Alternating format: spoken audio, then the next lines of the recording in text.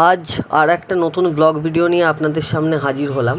Blog ভিডিওটা সেরকম কিছুই না, আসলে যেদিন আমার ঠাকুমার নিয়মভঙ্গ হয়েছিল আর কি, মানে আলিশপিন্ডির দিন।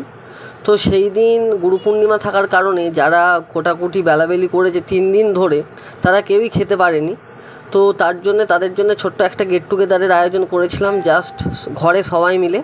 তো সেইটাই আজকে আপনাদের সামনে তুলে ধরছি। তো আমরা চলে এসেছি এখানে ভাইরাল পানু কাকুর দোকানে মাংস কিনতে। তো আমরা সচরাচর এখান থেকেই মাংস কিনি, তো পানু কাকুকে একটু দেখিয়ে দিলাম।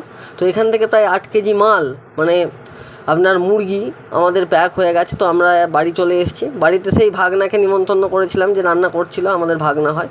তো এখানে গ্যাস ওভেন আছে, এখানে কাকিমা বসেছিল। তো এখানে অন্ধকারের জন্য ঠিক দেখাতে পাচ্ছিলাম না, দিয়ে ফ্যাস জেলে দেখালাম। এখানে সব বাটি রেডি হয়ে গেছে।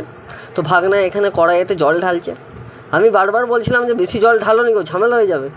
যাই হোক, সে কথা শোনে না। তো আমরা যখন ওখানে বাজার করতে গেছিলাম, অর্থাৎ চিকেন আনতে গেছিলাম, তখন এখানে হাঁড়িতে ভাত চাপিয়ে দিয়েছিল। তো ওখানে রান্না হচ্ছে, আর এই যে ভাগনা একদম আলু কষিয়েই যাচ্ছে।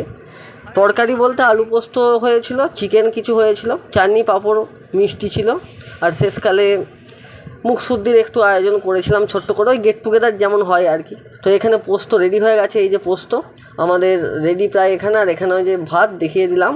তো একদম ওই আলু টালুর বস্তা দিয়ে এমন করে দিয়েছে, ভাত দেখানো মুশকিল হয়ে যাচ্ছে। আর এখানে পেঁয়াজের যে বেরেস্তা বলে না, মানে পেঁয়াজ ভাজা, সেটা রেডি হচ্ছে। আর ভাগনা এখানে বইয়ের সঙ্গে সবসময় কথা বলেই যাচ্ছে, কিছু বলা যাবে না, আবার রেগে যাচ্ছে আর কি। তো ভাগনাকে বলছি বলে ভাগনা বলছে দাঁড়া তোকে দেখাচ্ছি।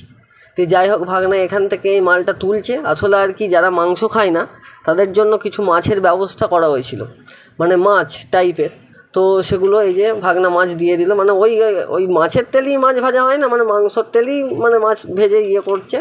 তো মাছ ভাজা হচ্ছে, উল্টে পাল্টে মাছ ভেজে দিচ্ছে, আবার ন্যাজা মুড়ো সব নিয়েই একদম জাতামাতা কাণ্ড করছে। তো যাই হোক, ভিডিওটা আপনারা দেখতে থাকুন। আর এরপরে আমি আশা করি আরও ভালো ভালো ভিডিও আপনাদের সামনে আনতে থাকবো। তো এরপরে চলে যাচ্ছে খালি কড়াইতে প্রায় 8 কেজি রকম, 7 কেজি 750 এরকম ছিল। তো মুরগি চলে গেল। এরপর এটাকে প্রিপারেশন করবে। আর আর এখানে চাখতে ব্যস্ত, মানে নিজের রান্না নিজেই চাখছে। হ্যাঁ, দিয়ে আমি বলছিলাম আমাকে একটু দাও, বলে মশলা টশলা ঠিকঠাক হয়নি, তেতো লাগছে, এরকম ব্যাপার ছিল। তো যাই হোক, আমি বললাম না না, আমি রেডিমেড মাল খাবো একদম, আমি ওই চাকাচাকি ব্যাপার হবে না। তো এখানে মাংস একদম ভালোভাবে কষানো রেডি। আর এখানে ধোঁয়া গরমে একদম ভাগনা একদম মানে ঘেমে নিয়ে একাকার হয়ে গেছে। আমি ঘামটা খেয়াল করে দেখবে, ঝোলে ফোলে ফেলে দাওনি যেন। তো যাই হোক, এখানে আবার হাঁড়ি টাড়ি। তো শেষ মুহূর্তে একদম 10:30 বাজছে। তো খেতে বসে পড়েছে সবাই এখানে।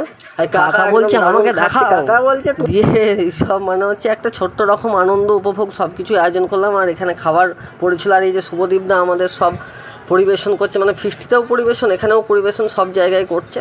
তো ঠিক আছে, এটা একটা ছোট্ট মিনি ব্লগের মতো বানালাম। তো যাই হোক, একটা গেট টুগেদার আপনাদের কাছে দেখালাম। তো দেখা হবে আর একটা নতুন পরবর্তী ভিডিও নিয়ে।